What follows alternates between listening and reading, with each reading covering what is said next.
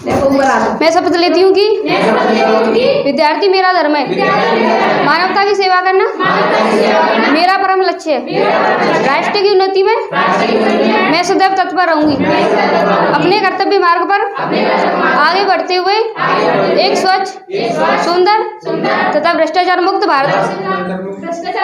भारत का निर्माण करूंगी। जय हिंद।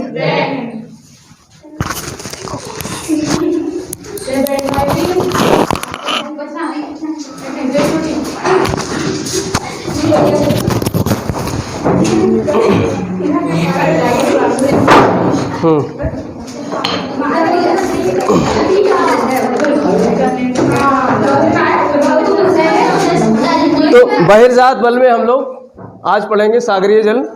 सागरीय जल से कौन कौन सी स्थलाकृतियाँ बनती हैं। सागरीय जल चाहे हो या महासागर का जल हो, ये जो है गतिशील होती हैं। जिस प्रकार से हमारे धरातल पर नदियाँ बहती हैं, ऐसे ही सागरों का जल भी प्रवाह करता है। सागरों का जल भी प्रवाह करता है किस रूप में? लहरों के रूप में, ठीक है, धाराओं के रूप में, तरंगों के रूप में, ज्वार भाटा के रूप में। जो जल है समुद्र का वो महासागरों का प्रवाहित होता है। लेकिन सबसे प्रमुख जो सागरीय जल है, लहरें हैं, जो सागर की लहरें हैं, ये ज़्यादा महत्वपूर्ण है। सागर की लहरें, सी वेव्स इनको बोलते हैं, वेव्स। तो इन वेव्स के कारण, भाई वेव्स तो लगातार डेली चलने वाली जो है गतिविधि है, लेकिन ज्वार भाटा एक निश्चित समय पर जो उत्पन्न होता है, 24 घंटे में जो है ज्वार भाटे 2 बार आते हैं। लेकिन सी वेव्स जो है, समुद्री लहरें, ये लगातार बहती रहती हैं समुद्र में। तो इनका जो है प्रभाव तट के सहारे होता है। तटीय जो तट है उसके सहारे समुद्री लहरों का प्रभाव पड़ता है। अभी लहरें उत्पन्न कैसे होती हैं, जो सी वेव्स हैं किस प्रकार से उत्पन्न होती हैं? तो देखो, जो समुद्र है उसकी सतह क्या होती है? एकदम समतल होती है। समुद्र की सतह क्या होती है? समतल होती है। वहाँ पर भाई कोई अधिवास नहीं है, कोई मानव बसावट नहीं, पेड़ पौधे नहीं हैं। तो वहाँ पर हवाएं क्या होती हैं? बहुत तीव्र गति से बहती हैं। हवाएं बहुत तीव्र गति से बहती हैं, क्योंकि वहाँ पर किसी भी प्रकार से कोई बाधा नहीं है, इसलिए हवाएं तीव्र गति से बहती हैं। और जब हवाएं बहती हैं तो फिर वो समुद्र की सतह है, जो तल है, जो ऊपरी लेवल है, वाटर लेवल है, उससे टच होकर चलती हैं, उससे टच होकर। तो जब टच होकर हवाएं बहेंगी तो हम समुद्र का पानी भी क्या करेंगी? अपने साथ घर्षण के कारण बहा कर ले जाएंगी। जैसे किसी परात में पानी भर लो, किसी थाली में पानी भर लो, फिर उसमें फूंक मारो तो पानी क्या होगा? इधर उधर फैल जाएगा। पानी जब फूंक मारोगे तो इधर उधर फैल जाएगा, तो अर्थात पानी में गतिशीलता आएगी। तो ऐसे ही जब हवाएं चलती हैं समुद्र के ऊपर, तो समुद्र का जल भी क्या होता है? गतिशील हो जाता है। समुद्र का जल भी गतिशील हो जाता है। तो यहाँ पर प्रश्न पूछा जाएगा, खास करके इंटरव्यू वगैरह में पूछा जा सकता है कि समुद्री लहरें या सागरीय लहरें कैसे उत्पन्न होती हैं। तो कौन मुख्य बल है? सबसे प्रमुख बल कौन सा है समुद्री लहरों को उत्पन्न करने का? पवन, हवा, क्या? बहता हुआ पवन। फ्रिक्शन उत्पन्न होता है जब पवन बहती है समुद्र के ऊपर, तो उसके तल पर, जैसे ये है, मान लेते हैं ये वाटर बॉडी है, ये क्या है? वाटर बॉडी है। पानी यहाँ भरा हुआ है, पानी यहाँ पर भरा हुआ है, और ये हवा बह रही है, ये है हवा बह रही है। और जब हवा बहेगी तो इसका प्रेशर इस तल पर पड़ेगा, दबाव पड़ेगा, तल पर दबाव पड़ेगा, तो साथ में पानी को भी गतिशील जो अपने साथ बहा कर ले जाएगा। तो पानी में इस तरीके से तरंगे उठती, पानी में इस तरीके से तरंगे उठती हैं, इस तरीके से ऊपर नीचे। भाई हवा कहीं दबाव डालेगी तो वहाँ गड्ढा हो जाएगा पानी में, फिर नीचे से प्रेशर पड़ेगा पानी में, तो ऊपर उसके जो है लहर बनेगी। तो इस तरीके से लहर इस तरीके से ऊपर नीचे बनती है। इसका बड़ा महत्व है। देखो, जब हम माउंटेन पढ़ते हैं तो ऊपर अपनत कहते हैं और नीचे अभिनत कहते हैं, ठीक। और कल हम लोग कुछ और पढ़ रहे थे, उसमें जो है शिखरिका, जो कार्स्ट स्थलाकृति पढ़ रहे थे, शिखरिका और विदर पढ़ा था। और यहाँ पर ये जो लहर बनती है, इस लहर में जो ऊपरी भाग है उसको क्या कहते हैं? इसको ऊपर वाला भाग कहलाता है आपका क्रेस्ट कहलाता है। ऊपर वाला भाग क्या कहलाता है? क्रेस्ट कहलाता है। यानी जो ऊपर उठा हुआ भाग लहर का है, ये ऐसे इमेजिन करो कि ये समुद्र का पानी इस तरीके से भरा हुआ है। ये क्या है? सी लेवल। ये क्या है? सी लेवल। सी लेवल का मतलब क्या होता है? जो एक समुद्र की जो तल है, समुद्र का जो तल है, जो स्थिर मान सकते हो उसको, तो वो क्या है? सी लेवल है। ये 0 किलोमीटर मान सकते हो। यहाँ पर 0 किलोमीटर है, पानी भरा हुआ है उसमें, और जैसे ही हवा बही तो पानी में तरंग उत्पन्न हुआ, पानी में तरंग उत्पन्न, और तरंगे किस तरीके से चलेंगी? अप एंड डाउन करके। तरंगे कैसे चलेंगी? अप एंड डाउन करके। तो इसको वेवलेंथ बोलते हैं। दो तरंगों के बीच की दूरी क्या कहलाती है? वेवलेंथ, तरंग दैर्घ्य कहते हैं ना। तो अब इसमें उठा हुआ भाग क्या कहलाता है? क्रेस्ट। उठा हुआ भाग क्या कहलाता है? क्रेस्ट। क्रस्ट नहीं, क्रेस्ट। देखो एक क्रस्ट हमने पढ़ाया था, एक क्या था? क्रस्ट। क्रस्ट क्या था? भूपर्पटी, पृथ्वी का ऊपरी भाग, पृथ्वी का ऊपरी भाग जिसको भूपर्पटी कहते हैं उसको क्रस्ट कहते हैं। लेकिन यहाँ पर क्या है? क्रेस्ट है। और जो निचला दबा हुआ भाग है, नीचे की तरफ प्रेशर से जो है गड्ढा हो गया पानी की तरंग में, तो इसको क्या बोलते हैं? ट्रफ। इसको बोलते हैं ट्रफ। तो ये ट्रफ हो गया, ये क्रेस्ट हो गया। वहाँ पर अभिनत अपनत था, अभिनति और अपनत था। कहाँ पर?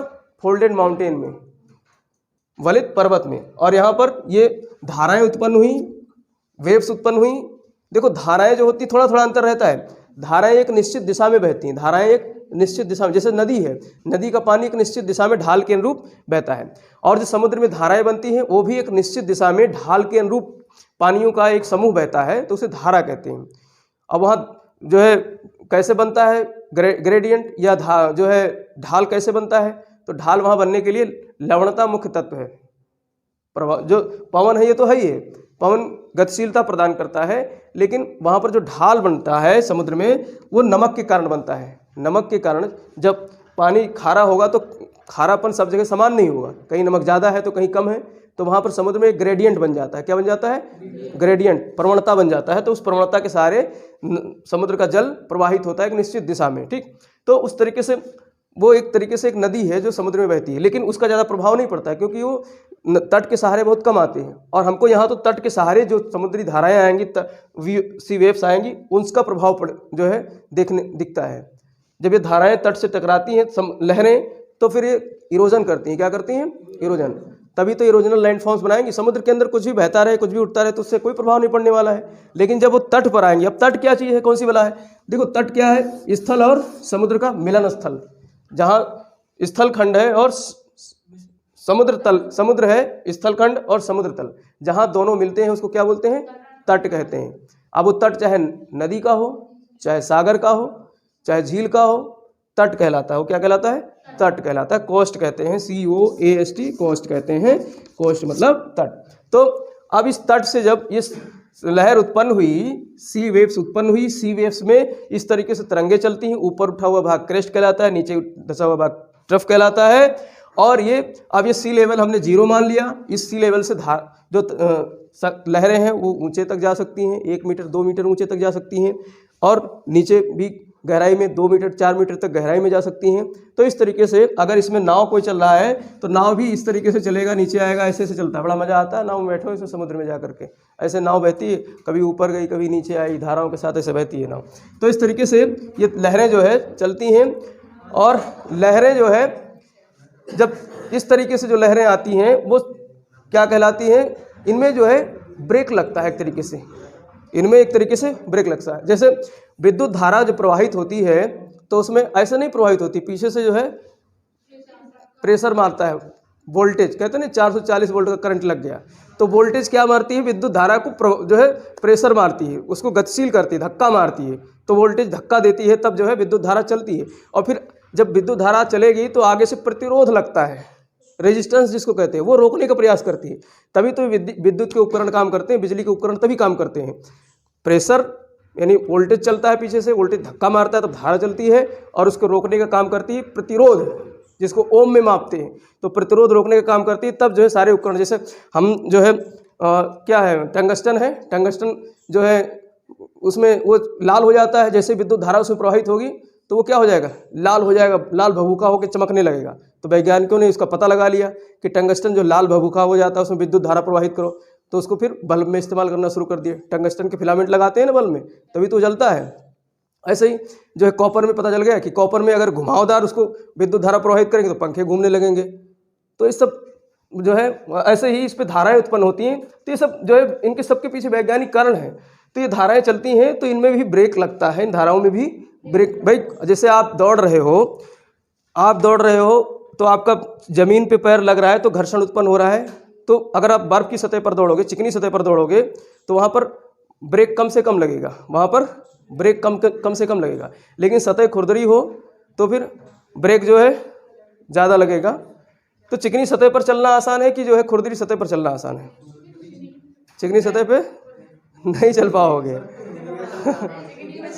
चिकनी पे चलोगे क्योंकि वहाँ पर बैलेंस ही नहीं बनेगा, क्योंकि वहाँ पर जो है ब्रेकर लगेगा ही नहीं। तो ये धाराएं जब चलती हैं, सागरीय धाराएं, तो इनमें ब्रेक उत्पन्न होता है। तो इस प्रकार की धाराओं को ब्रेकर कहते हैं। इस प्रकार की धाराएं जो कहाँ जाती हैं, टकराती हैं, तट पर आकर टकराती, तो उसको बोलते हैं ब्रेकर। क्या बोलते हैं? ब्रेकर धारा, ब्रेकर लहर, ब्रेकर वेव्स बोलते हैं इसको। क्या बोलते हैं? ब्रेकर वेव्स बोलते हैं। तो ब्रेकर वेव्स क्या है?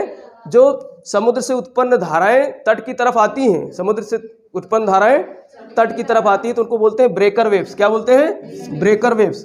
और ये ब्रेकर वेव्स जब यहाँ जाकर टकराएंगी तो फिर ये नीचे डाउनवर्ड भी जाएंगी। ये धाराएं डाउनवर्ड आती, समुद्र के नीचे आती हैं, फिर ये कुछ दूरी तक नीचे आएंगी, फिर समुद्र के नीचे इसके समानांतर चलने लगेंगी।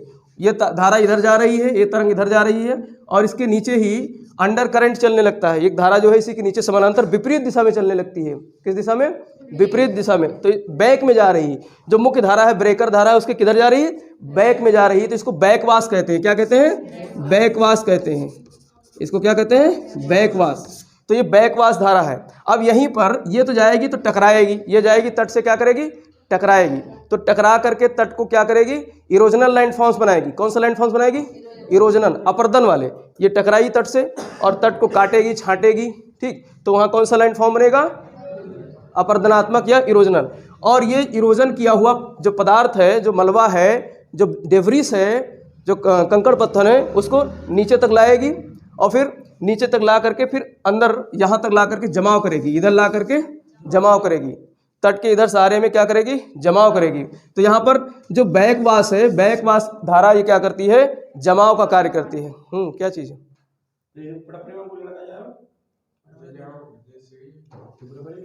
पड़पड़े के होंगे। तो ये बैकवास धारा, बैकवास तरंग क्या करती है? ये जमाव का कार्य करती है। जहाँ पर ब्रेकर वेव्स जो है इरोजन का काम करती हैं, वहीं पर बैकवास तरंगे क्या करती हैं? जमाव का कार्य करती हैं। और कभी कभी क्या होता है कि धाराएं तट के समानांतर चलने लगती हैं। धाराएं जो है तट के सहारे, तट जैसे इस तरफ तट है तो इसके सहारे सहारे धाराएं चलने लगती हैं, इसके सहारे सहारे धाराएं चलने लगती हैं, तो उसको बोलते हैं बेलांचली धारा। कौन सी धारा? बेलांचली धारा, बेलांचली। अब इस पर बिना वजह के लांछन लग गया, बिना वजह के लांछन लग गया, तो इसको बेचारे को बोलते हैं बेलांचली। दो धाराएं तो मुख्य है, एक कौन सी? ब्रेकर धारा जो सीधे जा रही है और टकरा करके नीचे घुस गई, फिर वो जो है उसके उल्टा चलने लगी, तो इसको बोलते हैं बैकवास, बैकवास बोलते हैं। तो ये तो दोनों काम करती हैं, मुख्य धाराएं जो जमाव का और निक्षेपण का कार्य करती हैं, निक्षेपण और कटाव का कार्य करती हैं। लेकिन ये बेचारी बेलांचली है क्योंकि ये बीच में उत्पन्न हो गई, ये बीच में उत्पन्न हो गई, इस पे लांछन लगा दिया गया बीच में उत्पन्न करके, तो इसका नाम रख दिया गया बेलांचली। याद करने के लिए बता रहा हूँ, ऐसा कुछ नहीं है कि लांछन लगा दिया गया। तो ये बेलांचली धारा कैसी धारा है? जो तट के समानांतर चलती हो। तट के क्या चलती हो? समानांतर। तट ये है और तट के समानांतर ऐसे सीधे चल रही है, उसको बोलते हैं बेलांचली धारा। अभी बेलांचली धारा भी बने हुए स्थल रूपों को रूपांतरित करती है, परिवर्तित करती है, ठीक, उसके जो है मॉडिफिकेशन करती है, उसमें जो है बने हुए स्थलाकृतियों को। तो यहाँ पर ये तो धाराओं के बारे में बात हो गई, मतलब मुख्य रूप से 3 प्रकार की जो लहरें चलती हैं जिनसे हमको यहाँ पर स्थलाकृतियों का निर्माण होता है। मुख्य रूप से 3 कौन से? ब्रेकर वेव्स, बैकवास वेव्स और बेलांचली धारा। बेलांचली धारा जो तट के समानांतर चलती हो और जो तट से जाकर टकराती हो ब्रेकर, और जो अंडर वाटर चलती हो, अंडर वाटर पानी के नीचे सतह पर चलती हो, उसको बोलते हैं बैकवास। कौन सा वास? बैकवास, ब्रेन वास नहीं। कौन सा वास? बैकवास। बैक मतलब पीछे चल रही है, इसके जो है बैक में जा रही है, तो ये बैकवास। तो इस तरीके से ये तो धाराएं हुए। अब इन धाराओं से जो है हमारी सतह पर, अब जैसे ये मान लेते हैं ये हमारी जो है स्थल भूमि है। ये क्या है? स्थल भूमि है। यहाँ से देखो ये है स्थल भूमि, ये क्या है? स्थल भूमि। इसको हम स्थल मान लेते हैं। क्या मान लेते हैं? स्थल। अब यहाँ से धारा ऐसे आ रही, यहाँ से ये धारा ऐसे आ रही और यहाँ पर टक्कर मारेगी, यहाँ पर टक्कर मारेगी। अब ये चट्टान धीरे धीरे करके धारा तो ऐसा नहीं कि एक ही जगह टक्कर मारेगी, कभी धारा नीची आई तो यहाँ भी टक्कर मारी, कभी धारा ऊंची आई तो यहाँ भी टक्कर मारी, तो धीरे धीरे ये वाला खंड क्या होगा, टूटेगा, ये वाला खंड क्या होगा, टूटेगा। अब टूट करके ये खड़ा ढाल बन जाएगा, टूट करके यहाँ पर क्या बन जाएगा, खड़ा ढाल। जैसे भारत का नक्शा है, ठीक, और ये क्या कौन सा सागर है, अरब सागर। अब अरब सागर से तरंग धाराएं आई, लहरें आई और इस पर टकराई, टकरा करके इस वाले भाग को क्या करेंगी, तोड़ेंगी, और यहाँ पर आदमी खड़ा हो जाए, यहाँ पर आदमी खड़ा हो जाए, तो इसको क्या दिखाई देगा, ये ऊंचे उठा हुआ भाग, ऊंचा उठा हुआ भाग दिखाई देगा। और ये तट पर है, कहाँ पर है, तट पर है, तो तट की अंग्रेजी कोस्ट होती है, और जो है खड़ा हुआ ढाल है तो इसको बोलते हैं कोस्टल क्लिफ। क्या बोलते हैं, कोस्टल क्लिफ। हिंदी में कहते हैं भृगु, हिंदू में कहते हैं भृगु, तटीय भृगु, भृगु क्या कहते हैं, भृगु। अजीब नाम है, क्लिफ याद रखना। क्लिफ कौन सा क्लिफ, तट के सहारे निर्मित होता है। कैसे निर्मित होगा, एक खड़ा ढाल होगा, एक खड़ा ढाल बनेगा जिसको क्या बोलते हैं, क्लिफ, और एक क्लिफ तट पर बनेगा, इसलिए क्या बोलते हैं इसको, तटीय क्लिफ। क्या बोलते हैं, तटीय क्लिफ। कैसे निर्मित हुआ, जब ब्रेकर धारा आई, कौन सी धारा आई, ब्रेकर धारा आई, ये ब्रेकर धारा जा रही है, ब्रेकर धारा में ये क्रेस्ट हो गया, ये ट्रफ हो गया। जब ब्रेकर धारा जा करके तट से टकराएगी तो तट की इस भाग को ऊपर नीचे क्या करेगी, तोड़ेगी, तोड़ करके वो बन जाएगा एक क्लिफ। क्या बन जाएगा, क्लिफ बन जाएगा। क्लिफ अर्थात एक जो है भृगु बन जाएगा, एक खड़ा ढाल बन जाएगा। और वो खड़ा ढाल हमको कहाँ से दिखेगा, जब सागर के इस वाले हिस्से में आकर के खड़े हो जाओगे। पानी यहाँ ऐसा तो नहीं कि पानी हमेशा यहाँ भरा रहेगा, जैसे ही बैक की तरफ धारा जाएगी तो ये खाली हो जाएगा स्थान। भाई धारा यहाँ से वापस जाएगा तो ये वाला पूरा स्थान क्या हो जाएगा, खाली हो जाएगा, और कुछ समय तक खाली हो जाएगा, क्योंकि सागर काफ़ी गहरा होता है, काफ़ी लंबा होता है, काफ़ी चौड़ा होता है। तो धारा जैसे इधर से टकराई तो पानी का पूरा हिस्सा वापस चला जाएगा, और ये कुछ घंटों तक रहता है। तो यहाँ पर आकर के खड़े हो जाओ और यहाँ से आपको भृगु दिखाई देगा, यहाँ से आपको क्या दिखाई देगा, भृगु दिखाई देगा। तो ये इसीलिए इसको कोस्टल क्लिफ कहते हैं। क्या कहते हैं, कोस्टल क्लिफ। और कभी कभी क्या होता है, इस कोस्टल क्लिफ के ऊपर ये इस तरीके से, जैसे ये हिस्सा है, अब ये यहाँ इस तरीके से अंदर तक ये बन गया कोस्टल क्लिफ, और ये वाला हिस्सा क्या हो गया, टूट गया, ऊपर से टूट गया, और एक ये क्या बन गया, एक जो है मैदान सा बन गया। यहाँ पर क्लिप पीछे हट गया, क्लिप क्या हो गया, पीछे हट गया, और यहाँ पर एक मैदान बन गया, और एक घिस करके मैदान बनता है। कैसे बनता है, घिस करके। कौन घिसाता है, तरंगे घिसाती हैं, लहरें घिसाती हैं। तो इसको घर्षित मैदान बोलते हैं। क्या बोलते हैं, घर्षित मैदान, अंतःघर्षित मैदान बोलते हैं। तो ये घर्षित मैदान बन गया, या प्लेटफॉर्म बोलते हैं, घर्षित प्लेटफॉर्म बोलते हैं। तो किसने बनाया, लहरों ने। किसने बनाया, लहरों ने। अब देखो लहरें जो काम करेंगी लगभग 4-5 प्रकार से यहाँ पर काम करती हैं। लहरें जब टक्कर मारेंगी तो उनके साथ में कुछ कंकड़ पत्थर होंगे। क्या होंगे, कुछ कंकड़ पत्थर होंगे। तो वो कंकड़ पत्थर भी जो है तट से टकराएंगे, कंकड़ पत्थर भी तट से टकराएंगी, तो उसको अपघर्षण कहते हैं। मैंने बताया नहीं था, अपघर्षण। एक बल कौन सा काम करता है, अपघर्षण। जैसे नदी में जहाँ भी जल होगा वहाँ अपघर्षण निश्चित होगा। जल जब बहेगा, जल का पानी, जल या हवा, हवा भी अपघर्षण, हवा भी तो बहते हुए उड़ते हुए अपने साथ क्या ले जाता है, कंकड़ पत्थर, और ले जाकर के दीवार पे धड़ाम, दीवार पे धड़ाम, आगे आदमी मिल गया तो उसको भी मारेगा कंकड़ पत्थर। एक बार भयंकर आंधी में हम लोग फंस गए, रहले कॉलेज से छुट्टी हुई, जा रहे थे, और हम उससे बहुत हल्के थे, अब तो मोटे तगड़े हो गए हैं, और हमारी बाइक भी हल्की स्प्लेंडर प्लस, दोनों उड़े जा रहे थे भयंकर आंधी में। तो हमने बाइक को नीचे लेटाया, हमने कहा खड़ी रहेगी तो उड़ जाएगी। बाइक को नीचे लेटाया और पेड़ को पकड़ के खड़े रहे, हमने कहा उड़ जाओ। तो उस दौरान जो तूफान था, उस तूफान ने मतलब खूब मारा मेरे को, कंकड़ पत्थर ला के धड़ाधड़ जो है पूरा इरोजन कर दिया। मेरे फेस का जो है अपरदनात्मक सतह बना दिया हवा ने। तो ऐसे अपरदनात्मक सतह कहाँ बनते हैं, समुद्र में नहीं, हवा से अपरदनात्मक सतह कहाँ बनेंगी, वो मरुस्थलों में, कल पढ़ाएंगे उसको। तो इस तरीके से यहाँ पर जो है क्या होता है कि अपघर्षण होता है जब कंकड़ पत्थर इसके साथ टकराते हैं। और इसी के साथ साथ में जब कंकड़ पत्थर आपस में ही तो टक्कर मारते हैं, जब बहता हुआ पानी या बहता हुआ पवन उसके साथ में कंकड़ पत्थर चलेंगे तो आपस में टकराएंगे, तो उसको बोलते हैं सन्निघर्षण। मैंने बताया था सन्निघर्षण भी होता है। और मान लेते हैं कुछ भी नहीं है उसके साथ में, कंकड़ पत्थर पानी के साथ नहीं है, कंकड़ पत्थर भी पानी के साथ नहीं है, और ऐसे ही पानी जा करके थपेड़ा मारेगा, पानी की पूरी धारा जो है गिरेगी किस पर, जो है कोस्टल तट पर, तो तट क्या होगा, टूटेगा। तो उसको जलगति क्रिया बोलते हैं। क्या बोलते हैं, जलगति क्रिया। यानी जल की गति से क्या हो, चट्टान टूटे, तो उसको जलगति क्रिया या हाइड्रोलिक एक्शन बोलते हैं। हाइड्रोलिक एक्शन से बहुत सारे उपकरण बनाए जाते हैं। ठीक है, आजकल जो जेसीबी उसी भी चलता है, सब उसी टेक्निक पे बनाया गया है। तो प्रकृति से सब सीख करके वैज्ञानिकों ने बहुत सारी चीज़ों की खोज की है। तो हाइड्रोलिक एक्शन जो है काम करता है वहाँ पर, अर्थात वहाँ पर जो है कंकड़ पत्थर नहीं होते हैं, सीधे सीधे जल टक्कर मारे। और जल का टक्कर आप देख सकते हो, खूब प्रेशर वाला पानी जो है जिससे धुलाई करते हैं कार की, उसके सामने खड़े हो जाओ, धक्का मारेगा, दूर गिरोगे जाकर के, इतना तेज प्रेशर रहता है। तो ऐसे ही प्रेशर, वो कौन सा, जलगत क्रिया हो गई। अगर कार की धुलाई जिससे करते हैं बहुत तेज प्रेशर मारते हैं तो कौन सी क्रिया हो गई, जलगत क्रिया। अब उस जलगत क्रिया इतनी प्रेशर से होती है तो उससे बड़े बड़े जो है उपकरण उठाए जा सकते हैं। इसी को जो है ध्यान में रखते हुए वैज्ञानिकों ने बहुत सारी चीज़ों को खोजा है। तो ये हाइड्रोलिक एक्शन होता है। और इसके अलावा चूने की सतह मान लेते हैं यहाँ पर, चूने की सतह डोलोमाइट की सतह होगी कहीं पे, तो उसमें क्या होगा, संक्षारण होगा, उसका क्षय होगा। पानी जैसे उसमें जाएगा और कार्बन डाइऑक्साइड गैस उसके साथ घुली होगी तो उसको क्या करेगा, चूने की सतह को घोलेगी, क्षय करेगी। तो इस तरीके से 4-5 क्रिया से क्या होता है, सतह का जो है इरोजन होता है, अपरदन होता है। तो वो जल की क्रिया जहाँ भी होगी वो इस तरीके से सारी जो है क्रियाकलाप होंगे। तो इस तरीके से ये यहाँ पर अधाघर्षित जो है प्लेटफॉर्म बन गया या मैदान बन गया।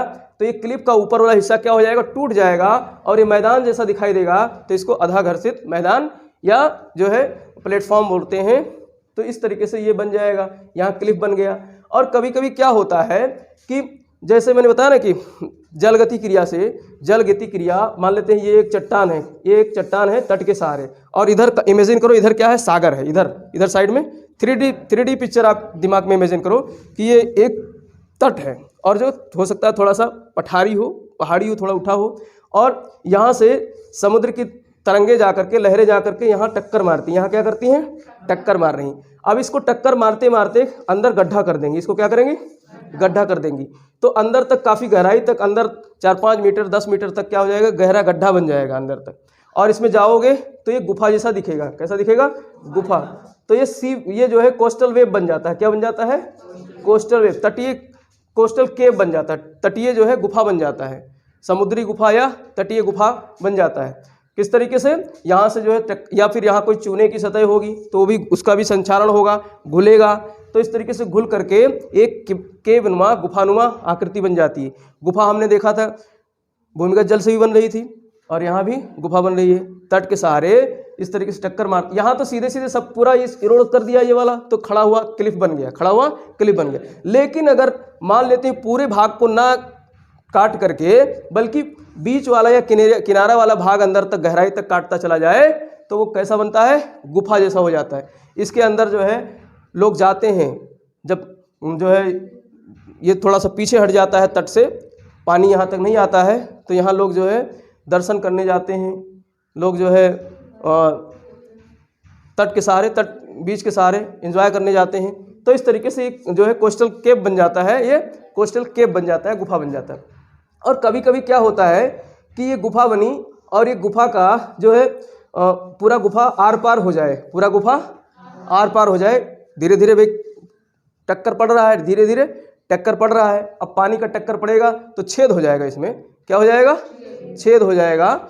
और मान लेते छेद पतली है, छेद कैसे बनी, पतली, कुछ इस तरीके से मान लेते हैं ऐसी आकृति बन गई। यहाँ से जो है पानी ने टक्कर मारते मारते ये पूरा क्या कर दिया, काट दिया, छेद बना दिया। इसको क्या कर दिया, छेद बना दिया, यहाँ से यहाँ ऊपर से। तो यहाँ से हवा जो है पास होकर के समुद्र में आएगी, हवा यहाँ से पास होगी, यहाँ से हवा आएगी। और जो पतली छेद में से, पतली जो है नली में से हवा आएगी तो वहाँ सीटी बजेगी, हाँ सीटी बजेगी, आवाज़ आएगी, सी की आवाज़ आएगी, सी की आवाज़ आएगी। यहाँ से हवा आएगी और यहाँ टकराएगी समुद्र तट पर, और फिर से इधर से वापस प्रेशर मारेगा तो फिर दोनों हवाएं टकराएंगी कि नहीं टकराएंगी, और टकराएंगी तो आवाज़ उत्पन्न होगा कि नहीं। तो ये सीटी बजाते हुए आवाज़ करते हुए चलती है, और इसीलिए इसको कहते हैं वात छिद्र। क्या कहते हैं, वात छिद्र। तो वात छिद्र, अब यहाँ प्रश्न आएगा समुद्र की कौन सी स्थलाकृति है जहाँ से आवाज़ आती है, हवा आवाज़ करती है, तो ये वात छिद्र हो गया। वात छिद्र से हवा प्रवेश करेगी, जल जहाँ सी लेवल है यहाँ तक आएगी, और इसके कारण एक ध्वनि उत्पन्न होती है, इसके कारण एक ध्वनि उत्पन्न होती है। जब इधर से वापस ध्वनि जाएगी तो दोनों ध्वनि आपस में टकराएंगी, आपस में टकराएंगी, मतलब दोनों हवाएं, तो उससे ध्वनि उत्पन्न होगी। उससे क्या उत्पन्न होगी? ध्वनि उत्पन्न होगी। तो ये क्या बन जाता है? वात छिद्र या वायु छिद्र। हवा से मतलब इसमें हवा प्रवेश हो रहा है तो इसलिए इसको बोलते हैं वात छिद्र। वात मतलब हवा, तो वायु छिद्र बन जाएगा।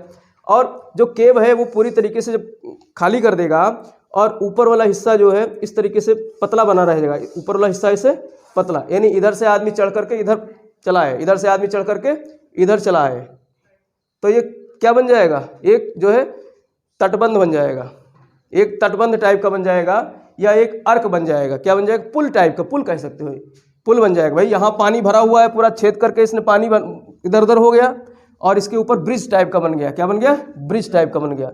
तो इसीलिए इसको जो है नेचुरल अर्क बोलते हैं, नेचुरल अर्क बोलते हैं, प्राकृतिक अर्क। अर्क मतलब क्या होता है? अर्क, ये अर्क इसको बोलते हैं ना, ARCH अर्क। तो ये प्राकृतिक अर्क बन गया। क्या बन गया?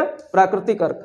इस तरीके से पानी, मतलब ये ऐसे इमेजिन करो कि जो गुफा था, गुफा को तोड़ करके पानी उस तरफ चला गया, पानी उस तरफ चला गया और इसको ऊपर से काटते काटते इस तरीके से ब्रिज टाइप का बना दिया। यानी इधर से आदमी इस तरफ आ सकता है बिना पानी में जाए हुए, और ये तट के सहारे तो इधर से इधर आदमी आ जाएगा। तो इसीलिए इसको बोलते हैं नेचुरल अर्क। क्या बोलते हैं? नेचुरल अर्क, प्राकृतिक जो है अर्क बोलते हैं, प्राकृतिक जो है बंध बोलते हैं या प्राकृतिक जो है पुल बोलते हैं। तो ये ब्रिज टाइप का बनता है। तो कैसे बना ये? किसको तोड़ा? केव को। केव में आर पार हो गया, गुफा जो है आर पार हो जाती है तो अर्क का निर्माण होता है। और कभी कभी क्या होता है कि ये वाला भाग इस तरीके से ऐसे ऐसे मान लेते हैं टूट गया, ये वाला भाग दोस्त हो गया, ये वाला भाग ऐसे ऐसे भाई धीरे धीरे टूटेगा, अर्क जो है ब्रेक हो जाएगा और ये अर्क इस तरीके से खड़ा रहेगा। ये अर्क क्या होगा? इस तरीके से खड़ा, ये पूरा हिस्सा क्या हो जाएगा? टूट जाएगा और अर्क इस तरीके से खड़ा हुआ दिखाई देगा। यानी मुख्य भूमि से जो तट वाला हिस्सा था उससे एक अर्क यहाँ खड़ा हो गया, एक यहाँ खड़ा रह गया। तो इस तरीके से ये जो खड़े हुए भाग हैं वो क्या कहलाते हैं? स्टैग। क्या कहलाते हैं? स्टैग। हमने कल बताया था स्टैग को क्या बोलते हैं? स्तंभ बोलते हैं। तो ये स्तंभ जैसा बन गया ना। कैसा बन गया? स्तंभ जैसा। तो ये सब स्थलाकृति कैसे हैं? इरोजनल स्थलाकृति। कौन सी स्थलाकृति? इरोजनल, अपर्दनात्मक सतह। अब अपर्दनात्मक सतह को हम लोग एक जो है डायग्राम से पूरा चेक करेंगे, बनाएंगे। देखो बारी बारी से। यहाँ पर बना जो है क्लिफ, यहाँ पर क्या बना? क्लिफ। यहाँ पर क्या बना? क्लिफ। और यहाँ पर जो है इस तरीके से घर्षित, आधा घर्षित या घर्षित जो है प्लेटफॉर्म बना, घर्षित प्लेटफॉर्म, जो कि एक मैदान होता है, एक मैदान टाइप का होता है। ठीक। और इसके बाद में यहाँ पर जो है बना आपका केव बन गया। क्या बन गया? केव बन गया। ये गुफा बन गया। ये क्या बन गया? गुफा बन गया। और इसी में आगे जब गुफा में ही मान लेते हैं या कुछ इस तरीके से टूट जाए, पानी यहाँ तक आ जाए तो ये इसमें छेद हो जाता है, तो इसको क्या बोलते हैं? वात छिद्र। क्या बोलते हैं? वात छिद्र। ये सब पानी भरा हुआ है, ये सब क्या है? पानी भरा हुआ है, ये सब पानी भरा हुआ है। ये और ऊपर कर देते हैं, ये सब पानी भरा हुआ है, ये वात छिद्र बन गया। और इसी में केव ही जो है आगे जा करके इस तरीके से टूट जाए, अंदर तक ऐसे पानी आर पार हो जाए, तो ये क्या बन जाएगा? नेचुरल अर्क बन जाएगा। क्या बन जाएगा? प्राकृतिक अर्क बन जाएगा, नेचुरल अर्क बन जाएगा, नेचुरल अर्क बन जाएगा। और यही नेचुरल अर्क मान लेते हैं ये ऊपर से टूट जाए, ये ऊपर से टूट जाए, ऊपर वाला हिस्सा ध्वस्त हो जाए, ये अर्क का ये वाला हिस्सा ध्वस्त हो जाए तो ये खड़ा रहेगा, तो इसको स्तंभ बोलते हैं। क्या बोलते हैं? सी स्तंभ या फिर स्टैग बोलते हैं। क्या बोलते हैं? स्टैग, समुद्री स्तंभ या स्टैग बोलते हैं। तो इस तरीके से ये 5-6 स्थलाकृति बनी जिसको क्या बोलते हैं?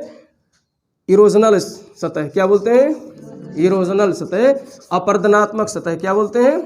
अपर्दनात्मक सतह। तो यह अपर्दन से निर्मित। अब यहाँ पर इनके नाम आपको याद होने चाहिए। ये गुफा हो गया, समुद्री गुफा। देखो क्या क्या बना? क्लिफ बना, तटीय या कोस्टल क्लिफ बना, तटीय या कोस्टल क्लिफ बना, कोस्टल क्लिफ और घर्षित प्लेटफॉर्म बना, गुफा बना, वात छिद्र बना, नेचुरल अर्क बना, स्टैग बना या स्तंभ बना। तो ये सब किससे बना? समुद्री लहरों से। किससे बना? समुद्री जल से या समुद्री लहरों से बना। तो ये सब इरोजनल लैंडफॉर्म्स हैं। क्या है? इरोजनल लैंडफॉर्म्स, इरोजन से बनने वाले लैंडफॉर्म्स हैं। इरोजन से, अपर्दन से बनने वाले क्या है? ये लैंडफॉर्म्स हैं। ठीक, सबका अपर्दन हुआ है। और अपर्दन कौन कौन सी क्रिया से हुआ है? या तो फिर सन्निघर्षण से हुआ है, अपघर्षण से हुआ है, या फिर घोलीकरण से हुआ है। घोलीकरण मतलब संचारण से हुआ है, या फिर जो है हाइड्रोलिक एक्शन से हुआ है, जलगत क्रिया से हुआ है। ठीक, तो ये सब क्या है? क्रियाकलाप हैं जिन क्रियाकलापों से चट्टानों का, तटीय क्षेत्रों का क्या होता है, तो गिसावट होती है, टूट फूट होता है, तो उससे ये सारे स्थलाकृतियाँ बनती हैं और यहीं पर सैलानी लोग जाते हैं, एंजॉय करते हैं। ऐसी स्थलाकृतियाँ अगर भारत में बात करें तो अरब सागर वाले तट पे, पश्चिमी तट के सहारे ज़्यादातर कैसे स्थलाकृतियाँ बनती हैं, इरोजनल। कैसे बनती हैं, इरोजनल, अपरदनात्मक बनती हैं। पश्चिमी तट, प्रश्न कभी कभी आ जाता है कि भारत के पश्चिमी तट पर ज़्यादातर कैसी स्थलाकृति बनती है, अपरदन प्रकार की, और पूर्वी तट पर निक्षेपण प्रकार की बनती हैं ज़्यादातर, निक्षेपण। तो अभी बताएंगे क्यों बनती हैं, अभी उसके माध्यम से समझाएंगे। तो ये अपरदन से निर्मित क्या हो गई, स्थलाकृति, समुद्र में अपरदन से निर्मित स्थलाकृति। अब हम लोग जमाव से, जमाव अर्थात निक्षेपण से निर्मित स्थलाकृतियों की चर्चा करेंगे। तो उसको हम लोग भारत के मानचित्र पे देखते हैं। ये हमारा प्यारा सा भारत, हाँ प्यारा ही है, ये हमारा प्यारा सा भारत है, हाँ नीचे का हिस्सा बना रहे हैं। और ये है श्रीलंका, ठीक। ये है दक्षिणी भारत या प्रायद्वीपीय भारत। कौन सा भारत है, प्रायद्वीपीय भारत। प्रायद्वीपीय भारत क्यों कहा जाता है, प्रायद्वीप क्या है, क्योंकि तीन तरफ से जल से घिरा हुआ है, तीन तरफ से जल से ये घिरा हुआ है। अब देखो जो डिपोजिशन वाले बनते हैं, ज़्यादातर निक्षेपण वाले बनते हैं, वो पूर्वी तट के सहारे बनते हैं। किस तट के सहारे बनते हैं, पूर्वी तट। कारण क्या है, यहाँ पर वाटर डिवाइडिंग जो है रेंज है। पश्चिमी घाट क्या काम करता है, जल विभाजक रेखा का काम करता है। यहाँ पर कौन सी पर्वत है, विंध्याचल पर्वत, और इसके बाद इधर अरावली पर्वत है। ये सब जो है वाटर डिवाइडिंग रेंज है, जिसको जो है जल विभाजक रेखा कहते हैं। अब इधर की नदियाँ लंबी होंगी कि इधर की नदियाँ लंबी होंगी, पूर्वी साइड की नदियाँ लंबी होंगी। और नदियाँ जब पूर्वी साइड की लंबी हैं तो इनके पास कचरा मलबा ज़्यादा होगा, इनके साथ कचरा मलबा ज़्यादा होगा। तो इसीलिए ये सब क्या करती हैं, डेल्टा बनाती हैं। ये सब क्या बनाती हैं, डेल्टा बनाती हैं। अब इन्होंने डेल्टा बनाया, मलबा दे दिया, और इधर से समुद्र भी तोड़ रहा है, कोस्टल को, तट को तोड़ रहा है। थोड़ा सा मलबा उसको यहाँ से मिल गया, नदियों द्वारा लाया हुआ मलबा मिल गया, और थोड़ा सा मलबा जो है समुद्री लहरों से मिल गया।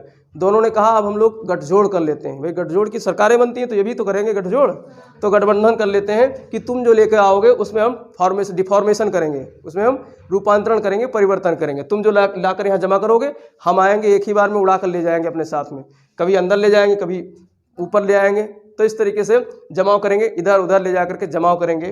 तो इस तरीके से डिपोजिशनल लैंडफॉर्म का निर्माण होता है। अब यहाँ कैसे कैसे बनता है, जैसे यहाँ पर रेत के जो है टीले बन गए, रेत के टीले बन गए, ठीक। तो इसमें बार्स एंड बैरियर्स बनते हैं, रोधिका और जो है रोध बनते हैं। बार्स एंड, इंग्लिश में बोलते हैं बार्स एंड बैरियर्स, वो वाला बार नहीं जिसमें दारू पीते हैं जा करके रोधिका और रोध बनता है। क्या बनता है, रोधिका और रोध। अब देखो बैरियर सबसे समझो, बैरियर, बैरियर शब्द किसको कहते हैं, बैरियर जहाँ पर अवरोध हो, जहाँ पर अवरोध हो।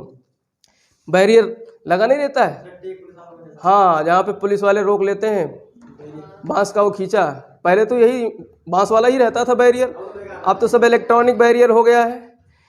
रोक लिया, कहा भैया यहाँ पे जो है इतना दे के जाओ तब आगे जाओगे, क्या चीज़, टोल टैक्स। अब तो टोल टैक्स सब इलेक्ट्रॉनिक हो गए, नहीं तो पहले यही बैरियर होते थे। तो यहाँ पे बैरियर ये बनाता है कौन, डिपोजिशनल सतह बनाती है, समुद्री सतह क्या बनाती है, बैरियर्स। किसका बैरियर्स, रेत का, बालू का। तट के सहारे रेत और बालू जमा हो जाता है, उससे क्या बनते हैं, बैरियर्स बनते हैं। और ये जमा हुआ तट का ये जमा हुआ बालू जब डूब जाता है, जलमग्न हो जाता है, तो वहाँ पर ये पूरा इलाका क्या बन जाता है, कहलाता है बीच। क्या कहलाता है, बीच, पुलिन कहते हैं। क्या कहते हैं इसको, पुलिन। बीच का नाम सुना ना, हाँ बीच, समुद्री बीच, हाँ बीच, समुद्री बीच, बीच नहीं, बीच माने कुतिया होता है, ये बीच है, समुद्री बीच है। तो समुद्री बीच जो है किसने बनाया, समुद्री तरंग ने बनाया। और जब रोधिका और रोध जो है क्या हो जाएगा, जलमग्न हो जाएगा, तो यहाँ पर एक तट बन जाएगा, एक नया तट बन जाएगा, और उस तट को क्या बोलते हैं, बीच, पुलिन कहते हैं। इसको क्या कहते हैं, पुलिन कहते हैं। और इस पुलिन पे लोग बढ़िया एंजॉय करने जाते हैं, जैसे जुहू चौपाटी बीच, मुंबई बीच, गोवा बीच है, हाँ उसी को बीच के, वही बीच है। तो वही बीच जो है आज पकड़ में आया है। बीच पे बहुत देखा, पिक्चरें देखी, लेकिन आज ये पकड़ में आया, साला बनता कैसे है, तो ऐसे बनता है। बीच है ये। कैसे बना? इस तरीके से बना, जमाव से बना। और रोध और रोधिका क्या हो गए? जलमग्न हो गए और एक जो है एक तट सा बन गया, एक नया तट बन गया। तो इसको क्या बोलते हैं? बीच या पुलिन बोलते हैं इसको, बीच या पुलिन। तुम गए होगे मुंबई, अभी तो गए होगे मुंबई बीच है। हाँ, तो वही मुंबई बीच जो है, मुंबई बीच यहाँ बन जाता है। मुंबई बीच यहाँ मुंबई के पास बन जाता है। तो इस तरीके से ये बीच बन गया। और अगर ये जो अवरोध है, ये अवरोध थोड़ा सा समुद्र में आगे बढ़ करके बने, समुद्र के तट से दूर बने, समुद्र के तट से दूर बने, जलमग्न क्षेत्र में गहराई में जाकर बने, तो इसको ऑफशोर बीच बोलते हैं। क्या बोलते हैं? ऑफशोर बीच या ऑफशोर जो है बैरियर्स बोलते हैं, ऑफशोर बैरियर्स बोलते हैं। तो ये ऑफशोर बैरियर्स, ऑफशोर मतलब, ऑफशोर का मतलब होता है जो है अपतटवर्ती, तट से दूर, तट से दूर, अपतटवर्ती। तो ये ऑफशोर बैरियर्स बनते हैं, ऑफशोर बीच बनते हैं, दूर जा करके बनेंगे। कहाँ बनेंगे? दूर जा करके बनेंगे, समुद्र से दूर। तो पुलिन बन गया, रोधिका रोध बन गए, ठीक, रोधिका रोध। बैरियर्स या बार्स बोलते हैं, बैरियर्स या बार्स बोलते हैं, जो कि तट से दूर बनते हैं, तट के सहारे समानांतर बनते हैं, लेकिन तट से चिपके नहीं रहते हैं। जो तट है, ये तट है ना, ये पूरा क्या है? तट है। कौन सा तट है? ये भारत का पूर्वी तट है। तो इससे दूर थोड़ा बन रहे हैं। और ये बार्स एंड बैरियर्स हैं। जलमग्न हो जाएंगे तो बीच हो जाएगा वहाँ पर। जब पानी हट जाएगा वहाँ से, जलमग्न क्षेत्र रहेगा, उसके बाद में पानी हट जाता है, तो वहाँ रेत में स्नान करते हैं लोग। करके आए होंगे स्नान रेत में? अच्छा लगता है यहाँ पे रेत स्नान करना। रेत स्नान नहीं किए हो?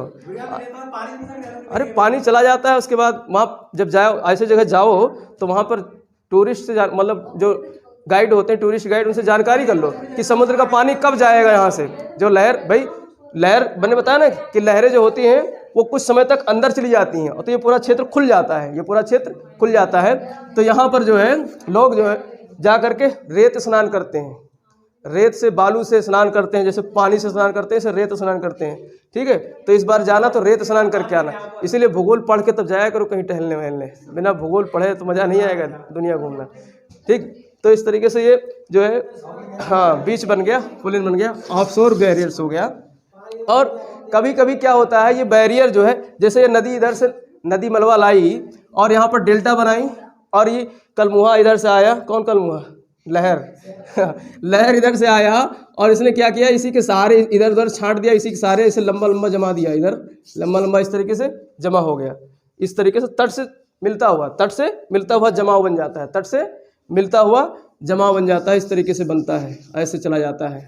ठीक, तो इसको बोलते हैं स्पिट। क्या बोलते हैं? स्पिट, स्प्लिट नहीं, स्पिट, इसको बोलते हैं स्पिट। तो स्पिट कैसा जमाव है? जो जिसका एक सिरा जो है तट से लगा हो, जिसका एक सिरा तट से लगा हो और नुकीला सिरा ये आगे नुकीला हो जाता है, आगे नुकीला हो जाता है, समुद्र की तरफ गया हो, नुकीला सिरा समुद्र की तरफ गया हो। और मान लेते हैं इधर से बेलांचली आ रही है, इधर से क्या आ रही है? बेलांचली। बेलांचली मैंने बताया था ना, एक तरंग है, एक लहर है, और बेलांचली लहर किसके सहारे चलती है? तट के सहारे, तट के समानांतर। अब बेलांचली तरंग आएगी तो इसको क्या करेगी? मोड़ेगी। इसको क्या करेगी? मोड़ेगी। तो ये इस तरीके से इसका जो स्पिट का ये वाला हिस्सा है क्या हो जाएगा? मुड़ जाएगा। अब इसमें आप अपना जो है वो टांग सकते हो, कपड़े उपड़े टांग सकते हो। हैंगर बन गया ना, हैंगर बन गया, तो इसको बोलते हैं हुक। इसको क्या बोलते हैं? हुक। हुक होता है ना, हाँ, तो इसको हुक बोलते हैं। स्पिट का ही मुड़ा हुआ भाग क्या कहलाता है? हुक। और किसने बनाया? बेलांचली लहर ने। बेलांचली लहर ने इसमें क्या कर दिया? डिफॉर्मेशन कर दिया। स्पिट को क्या कर दिया? मोड़ दिया। स्पिट को मोड़ दिया। अब ये बेचारा स्पिट मुड़ते मुड़ते यहाँ तक चला गया, ये पूरा मिल गया, यहाँ तक मिल गया, और थोड़ा सा यहाँ से कट गया, यहाँ से कट गया, तो समुद्र का पानी अंदर तक जाएगा कि नहीं जाएगा? इसमें भरा रहेगा, इसमें भरा रहेगा। तो इसको पश्च जल कहते हैं। इसको क्या कहते हैं? पश्च जल। लेकिन भूगोल की भाषा में इसको लैगून बोलते हैं। क्या बोलते हैं? लैगून बोलते हैं, लैगून। तो लैगून ऐसे बन गया जैसे चिल्का लैगून। चिल्का झील क्या है? लैगून झील है। अब यहाँ पानी भरा रहेगा तो क्या हो जाएगा? लैगून। यानी स्पिट, एक इधर स्पिट हो गया, एक इधर स्पिट हो गया, डबल स्पिट हो गया, डबल स्पिट हो गया। और बीच में एक सकरी जो है खाड़ी टाइप की बन गई। खाड़ी क्या मतलब? जल जाने का एक रास्ता मिल गया, तो ये पानी यहाँ आता जाता रहेगा, भरा रहेगा। भाई जैसे लहर आई, पानी अंदर तक आ गया, लहर वापस गई, तो कभी कभी जो है लैगून खाली भी हो जाता है, लैगून का जल चला भी जाता है, खाली भी जाता है। तो इस तरीके से एक लैगून बन जाता है यहाँ पर, जिस पश्च जल बन जाता है, जिसको क्या बोलते हैं, लैगून। तो लैगून का निर्माण ये हो गया। जैसे भारत में उड़ीसा में कौन सी झील है, चिलिका झील। भारत की सबसे बड़ी लैगून है चिलिका झील। और इसका पानी कैसा होगा, मीठा या खारा? खारा होगा। कहाँ का पानी आया है, समुद्र का पानी आया है। 9 प्रकार के नमक को घोला हुआ है अपने अंदर, तो ये क्या हो जाएगा, खारा रहेगा। तो खारा रहेगा, इसलिए लैगून का पानी यहाँ पर क्या है, खारा है। पश्च जल जो है क्या है, खारा है। अब कभी कभी क्या होता है कि इधर से जो है एक द्वीप है, यहाँ पर एक द्वीप है, यहाँ पर एक आइलैंड है, और एक स्पीड आइलैंड को आकर जोड़ देता है। एक स्पीड जो है स्पीड क्या है, आइलैंड को जोड़ देता है।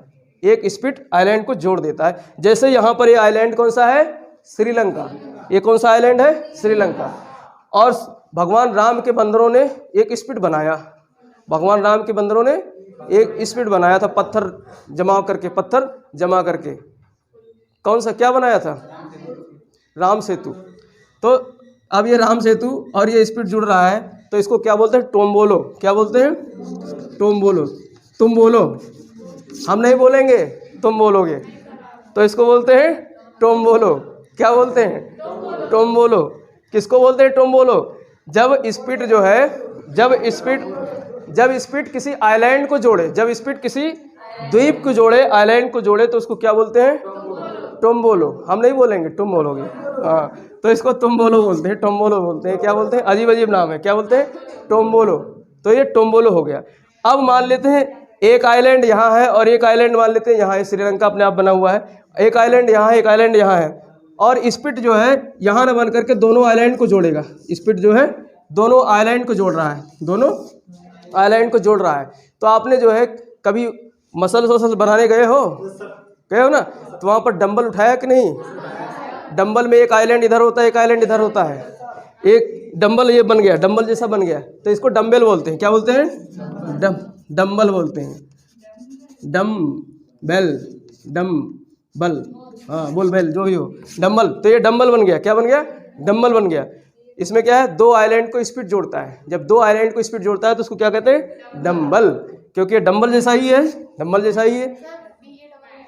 BA, हाँ बाल, हाँ कुछ भी हो, बाल, डंबल।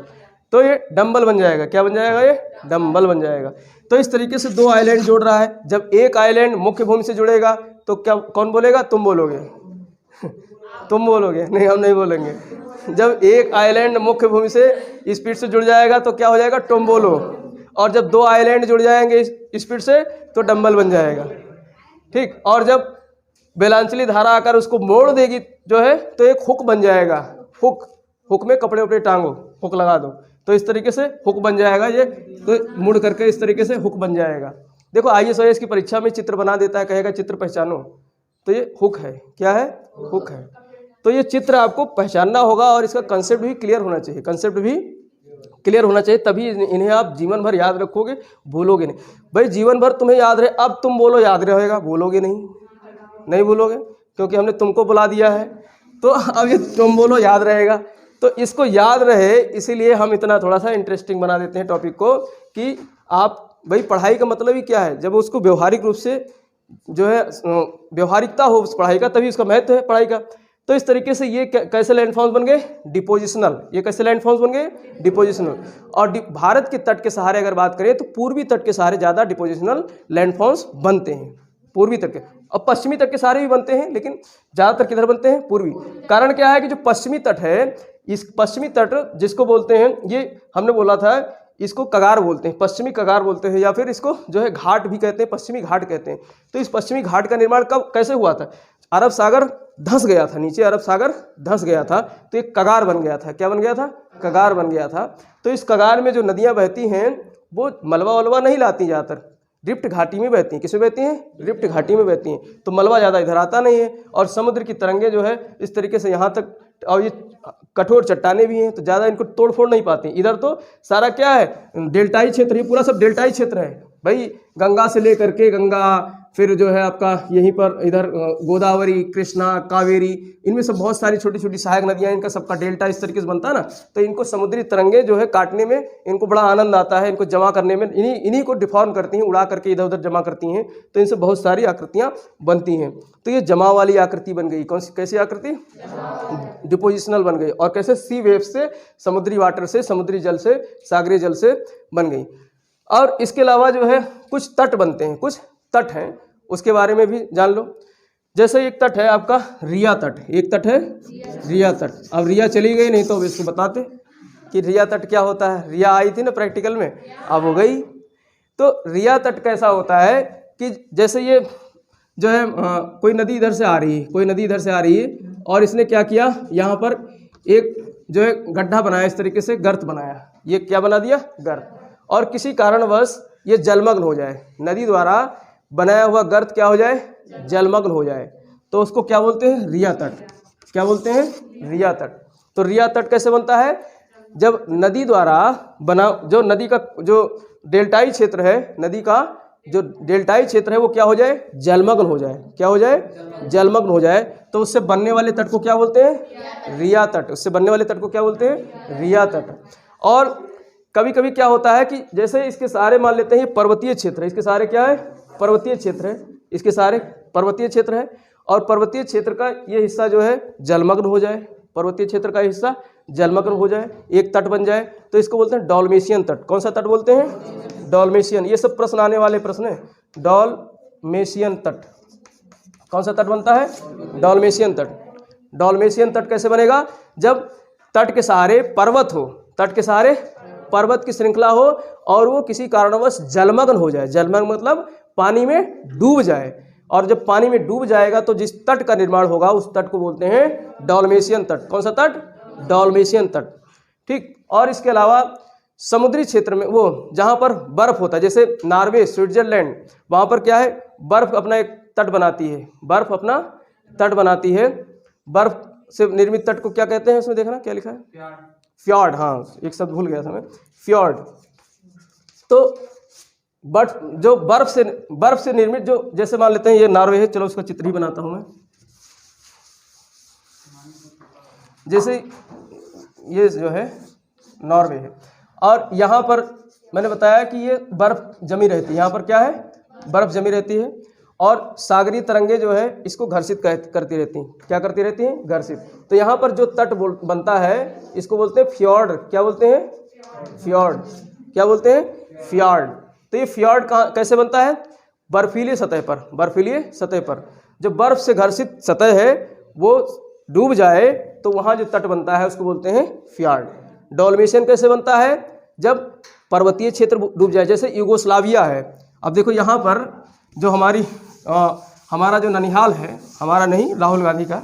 अब भाई राहुल गांधी की मम्मी हम सब की मम्मी हुई भाई, वो देश की महिला है, देश की मतलब एक अच्छे ओहदे पर बैठी हैं। तो हमारा लोगों का ननिहाल कहाँ होगा? इटली। हम लोगों का ननिहाल कहाँ है? इटली। ये इटली है।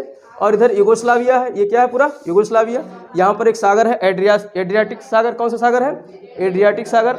और यहाँ पर एक आल्प्स पर्वत है जिसको डिनेरिक आल्प्स बोलते हैं। क्या बोलते हैं? डिनेरिक आल्प्स। डिनेरिक आल्प्स पर्वत यूरोप में है, डिनेरिक आल्प्स। ये आल्प्स दूसरा बहुत जगह है, आल्प्स पर्वत कई जगह है। मुख्य आल्प्स जो है, मुख्य आल्प्स पर्वत जो है स्विट्जरलैंड वगैरह में है मुख्य आल्प्स। और डिनेरिक आल्प्स जो है ये यूगोस्लाविया वाले तट पे है। और एक साउदर्न आल्प्स न्यूजीलैंड में बताया था, दक्षिणी आल्प्स बताया था ना, सब याद रखो, भूलो मत। तो ये डिनेरिक आल्प्स जो है ये डूब गया यहाँ पर। तो यहाँ पर कौन सा तट बन गया? डॉल्मेशियन तट। यहाँ पर कौन सा तट बन गया? डॉल्मेशियन। तो एड्रियाटिक सागर के किनारे पूर्वी साइड में जो यूगोस्लावियाई क्षेत्र है वहाँ पर क्या देखने को मिलता है? डॉल्मेशियन तट। और फ्योर्ड तट ज़्यादातर कहाँ देखने को मिलता है? नॉर्वे में। कहाँ मिलता है? नॉर्वे में। और रिया तट तो अपने भारत में ही पश्चिमी, भारत के उत्तर पश्चिम में, भारत के उत्तर पश्चिम वाले हिस्से में रिया तट दिखाई देता है। कौन सा तट? रिया तट। और रिया तट का निर्माण कैसे होता है? नदी वाला जो डेल्टाई क्षेत्र है या जो है आपका जारनदमुख वाला क्षेत्र है वो डूब जाए, जलमग्न हो जाए, तो उससे रिया तट बनता है। तो ये तीनों तटों को याद रखना। प्रश्न आता है सीधे सीधे पूछ लेगा कि रिया तट का निर्माण किससे होता है? ऑप्शन में दे देगा जो है पर्वत, तटीय पर्वत से, तटीय बर्फ से, तटीय नदी से, तो फिर आप याद रखोगे तो कर ले जाओगे। तो रिया तट का निर्माण तटीय नदी से होता है, तटवर्ती नदी से होता है। ठीक, और इनके उदाहरण भी हमने बता दिए, इनके उदाहरण भी बता दिए। और एक बार मैंने बताया था कि बे, बाइट बताया था ना, गल्फ, बे और बाइट। फिर से समझ लो, गल्फ, बे, बाइट क्या है। गल्फ, बे, बाइट तीनों को हिंदी में तो खाड़ी कहते हैं, तीनों को हिंदी में क्या कहते हैं, खाड़ी कहते हैं। लेकिन अंग्रेजी में एक होता है गल्फ, अंग्रेजी में एक होता है गल्फ, और एक होता है बे, एक होता है बे, और एक होता है बाइट। एक क्या होता है, बाइट।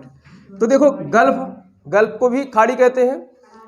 जैसे आपका गल्फ हो गया, इस तरीके से जब हो, जैसे ये मान लेते हैं सागर है, इस तरीके से नुकीला भाग है, ऐसे इस तरीके से सकरा हो, जल भरा हुआ है, ये मान लेते हैं समुद्र है, ये सागर है, सागर का जल इस तरीके से अंदर तक चला जाए तो इसको बोलते हैं गल्फ। क्या बोलते हैं, गल्फ। जैसे पर्सिया का गल्फ, फारस की खाड़ी, पर्सियन गल्फ, पर्सियन गल्फ, तो वो क्या है, सकरा है। पर्सियन गल्फ क्या है, सकरा है, तो उसको गल्फ बोलते हैं। इसको क्या बोलते हैं, गल्फ बोलते हैं। और ये थोड़ा सा ऊपर से इस तरीके से खुल जाए, थोड़ा सा ऊपर से खुल जाए, इस तरीके से थोड़ा चौड़ा हो जाए ऊपर जाकर के, इस तरीके से सकरा ना हो, तो इसको क्या बोलते हैं, बे बोलते हैं। जैसे बे ऑफ बंगाल, जैसे बे ऑफ बंगाल, जैसे देखो ना यहाँ बे ऑफ बंगाल कैसे बना, इस तरीके से ये भारत का नक्शा है, इस तरीके से। ठीक, ये म्यांमार है, ये ऐसे बन गया ना, तो ये बे ऑफ बंगाल हो गया। ये क्या हो गया, बे ऑफ बंगाल। थोड़ा सा ऊपर से जा करके चौड़ा हो जाए, यहाँ पे सकरा है, यहाँ पे क्या हो गया, चौड़ा हो गया, तो ये बे हो गया। क्या हो गया, बे। तो बे ऑफ बंगाल इसका उदाहरण है। और एक बाइट होता है। बाइट क्या होता है, ऊपर से और ज़्यादा थोड़ा सा खुल जाता है, ऊपर से और ज़्यादा थोड़ा खुल जाता है, ऊपर सकरा कम रहता है, ऊपर सकरा नहीं रहता है, तो इसको क्या बोलते हैं, बाइट। थोड़ा सा बड़ा हो जाएगा, मतलब आकार बड़ा, जरूरी नहीं कि आकार बहुत बड़ा हो, लेकिन ऊपर से क्या हो, सकरा नहीं हो, कम सकरा हो, सकरा नहीं हो, तो उसको क्या बोलते हैं, बाइट। जैसे Australian Bight, Great Australian Bight, जैसे ये ऑस्ट्रेलिया हम लोग पढ़े थे ना, ये है ऑस्ट्रेलिया, ये क्या है, ऑस्ट्रेलिया। ठीक, ये है ऑस्ट्रेलिया। और यहाँ पर ये तो थोड़ा सा मैंने चोट ज़्यादा निकाल दिया, यहीं पर ये क्या है, बाइट है, यहीं पर क्या है, बाइट, जिसको कहते हैं ग्रेट ऑस्ट्रेलियन बाइट। और मैंने बताया था ऑस्ट्रेलिया में सब ग्रेटे ग्रेट है, ऑस्ट्रेलिया में सब ग्रेटे ग्रेट है। Great dividing range, great dividing range, सब परीक्षा में आएंगे, मैं सब पूरा कर दूंगा, सब पूछूंगा, याद कर लेना। ग्रेट डिवाइडिंग रेंज और ग्रेट डिजर्ट्स, ग्रेट डिजर्ट्स कहाँ है, ऑस्ट्रेलिया में है। और ग्रेट बाइट कहाँ है, ऑस्ट्रेलिया में। तो हाँ, सब कुछ ग्रेट है ऑस्ट्रेलिया में, सब ग्रेटे ग्रेट है। तो हाँ, ऑस्ट्रेलिया ही ग्रेट है, सब ऑस्ट्रेलिया ही ग्रेट है, तो यहाँ पे सब कुछ ग्रेट ही है, सब कुछ क्या है, ग्रेट है। तो ये जो है गल्फ, बे और बाइट, गल्फ, बे और बाइट। और सबकी हिंदी क्या होती, खाड़ी, सबकी हिंदी क्या होती, खाड़ी। लेकिन प्रश्न जब पूछा जाएगा तो हिंदी में भी क्या लिख दिया जाएगा, गल्फ, हिंदी में गल्फ, और हिंदी में बे लिख दिया जाएगा देवनागरी लिपि में, और बाइट लिख दिया जाएगा। अब एक बाइट और होता है, कंप्यूटर में एक बाइट होता है। आप मान लो कोई पेपर कर रहे हो कंप्यूटर वाला, अब वहाँ लिख के आ गए ये तो नंबर नहीं मिलेगा। हाँ, तो खाड़ी मत लिख के आना, स्पेलिंग देखना, वो बाइट कौन सी होती है, BYT, यही तो स्पेलिंग होता है वो वाला बाइट। और ये वाला बाइट है BIGST, तो स्पेलिंग ध्यान रखना। हाँ, स्पेलिंग ध्यान रखना, बाइट और बाइट में दोनों में स्पेलिंग में अंतर है। तो इस तरीके से ये सब जो है हमने डिपोजिशनल और इरोजनल लैंडफॉर्म्स पढ़े। एक बार फिर से मेरे साथ दोनों लैंडफॉर्म्स को दोहरा लो। जो अपरदनात्मक सतह हैं कैसे बनते हैं, कौन कौन से बनते हैं, क्लिफ, क्या बनता है, क्लिफ। आधाकर्तित प्लेटफॉर्म, कर्तित घर्षित या घर्षित प्लेटफॉर्म बनता है। और क्या बनता है उसमें, गुफा, सागरीय गुफा बनता है। और क्या बनता है, वात छिद्र, क्या बनता है, वात छिद्र बनता है। और क्या बनता है, नेचुरल अर्क बनता है, प्राकृतिक पुल बनता है, प्राकृतिक पुल या नेचुरल अर्क बनता है। और क्या बनता है, स्टैग बनता है या स्तंभ बनता है। तो ये सब कैसे बने, अपरदन से बने, ये सब कैसे बने, अपरदन से। और अपरदन किस तरीके से हुआ, अपरदन की प्रक्रिया क्या थी, सन्निघर्षण, अपघर्षण, संक्षारण, जलगति क्रिया। ठीक है, तो ये सब क्या थे, अपरदन के जो है प्रमुख क्रियाकलाप थे जिनसे अपरदन हो रहा था। और डिपोजिशनल सतह कौन कौन सी बनी, डिपोजिशन से पुलिन बना, क्या बना, बीच बना। तो प्रश्न पूछेगा बीच किससे बनता है, डिपोजिशन से बना कैसे बना, डिपोजिशन से। तो बीच बना, पुलिन बना, जैसे जुहू चौपाटी, मुंबई, गोवा बीच, ये सब क्या है, कैसे बने, जमाव से बने। और तट या वो रोधिका या रोध, बार्स एंड बैरियर्स, तो ये सब क्या है, तट के समानांतर जमने वाले जो है अवरोध हैं, जिनको बार्स एंड बैरियर्स कहते हैं, रोध और रोधिका कहते हैं, तट के समानांतर, तट के सहारे।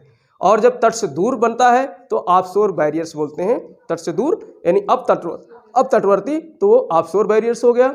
और अगर तट के समानांतर न बन करके बल्कि एक सिरा उसका तट से टच हो और आगे नुकीला बढ़ जाए, तो उसको क्या बोलते हैं, स्पिट। क्या बोलते हैं, स्पिट माने थूकना। उसने थूक दिया यहाँ पर, तो वो वाला थूकना नहीं, इसने जो है बालू का थुक्का कर दिया, बालू को थूक दिया, तो ये स्पिट, स्पेलिंग भी सेम है, तो ये स्पिट हो गया। बालू ने थूका मारा तो दूर तक ऐसे फैल गया, तो स्पिट बन गया। और जब स्पिट को ही बेलांचली धाराएं ला करके मोड़ दें तो हुक बन जाता है। क्या बन जाता है, हुक बन जाता है। और जब हुक दोनों जा करके मिल जाए, बन जाए, तो बीच में जल भर जाता है, तो उसको पश्च जल बोलते हैं या लैगून्स बोलते हैं। बीच में थोड़ा सा जो है अवरोध टूट जाए तो पानी का आवागमन जारी रहता है। समुद्र का पानी लैगून में आता जाता रहता है। और लैगून में हमारे यहाँ जो है पर्ल कल्चर डेवलप किया जाता है। कहीं भी पर्ल कल्चर मतलब मोतियों की खेती की जाती है, मोतियों की खेती की जाती है, सीप बनाया जाता है और बहुत महंगे बिकते हैं मोती, जो है मोती बहुत महंगे बिकते हैं, महंगे महंगे मोतियों की खेती की जाती है। हाँ, वो तो मतलब जहाज वगैरह जहाँ खड़े होते हैं उसको बंदरगाह बोलते हैं। हाँ, लैगून झील में ले जा सकते हैं, ऐसा कुछ नहीं, लेकिन वहाँ बंदरगाह होना ज़रूरी है। एक प्लेटफॉर्म बनाया जाता है, जब भी तो वहाँ सामान उतारेंगे चढ़ाएंगे, प्लेटफॉर्म जैसे रेलवे प्लेटफॉर्म होता है ऐसे वही प्लेटफॉर्म होता है। तो जो है हाँ, तो ये लैगून हो गया। और उसके बाद जो है तुम बोलो, हाँ तुम बोलो, तुम कैसे बोलोगे, जब कोई द्वीप, कोई आइलैंड मुख्य भूमि से स्पीड से जुड़ा होगा, मुख्य भूमि से स्पीड से जुड़ा होगा, तो क्या कहेंगे, तुम बोलो। और जब दो आइलैंड जुड़ जाएंगे स्पीड से तो डम्बल बन जाएगा, तो इस तरीके से ये सब क्या हो गए, इरोजनल लैंडफॉर्म्स। क्या हो गए, वो इरोजनल कहें, डिपोजिशनल, ये सब क्या हो गए, डिपोजिशनल या जमा जो है निक्षेपण जनित स्थल रूप।